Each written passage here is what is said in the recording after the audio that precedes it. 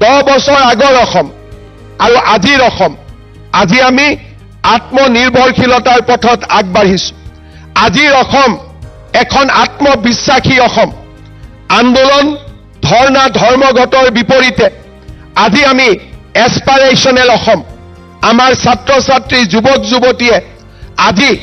এক আকাংক্ষিত আকাংক্ষাৰে ভৰা ৰাজ্য নিৰ্মাণৰ বাবে আগবাঢ়িছে আজি আমাৰ ৰাজ্যত অভূতপূৰ্বভাৱে বৃদ্ধি হোৱা বিশ্ববিদ্যালয়ে ছাত্ৰ ছাত্ৰীসকলৰ বাবে পোষ্ট গ্ৰেজুৱেট পঢ়াৰ পথ মুকলি কৰি দিছে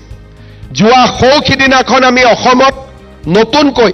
7খন বিশ্ববিদ্যালয়ৰ কাম আৰম্ভ কৰিছো কেন্দ্ৰীয় চৰকাৰৰ প্ৰতিখন ৰাষ্ট্ৰীয় প্ৰতিষ্ঠান এইমছৰ পৰা IIT লৈকে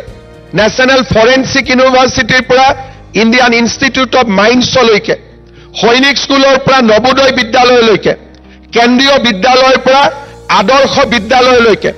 যোৱা এটা দশকত অসমৰ শিক্ষা খণ্ডৰ আমি ব্যাপক সম্প্ৰসাৰণ কৰিব পাৰিছো আজি আমি আমাৰ উচ্চ শিক্ষাৰ গতি আমি ইমানেই তীব্ৰতৰ কৰিছো যে আজি অসম ভাৰতৰ ভিতৰতে ডেন্সিটি অফ ইউনিভাৰ্চিটি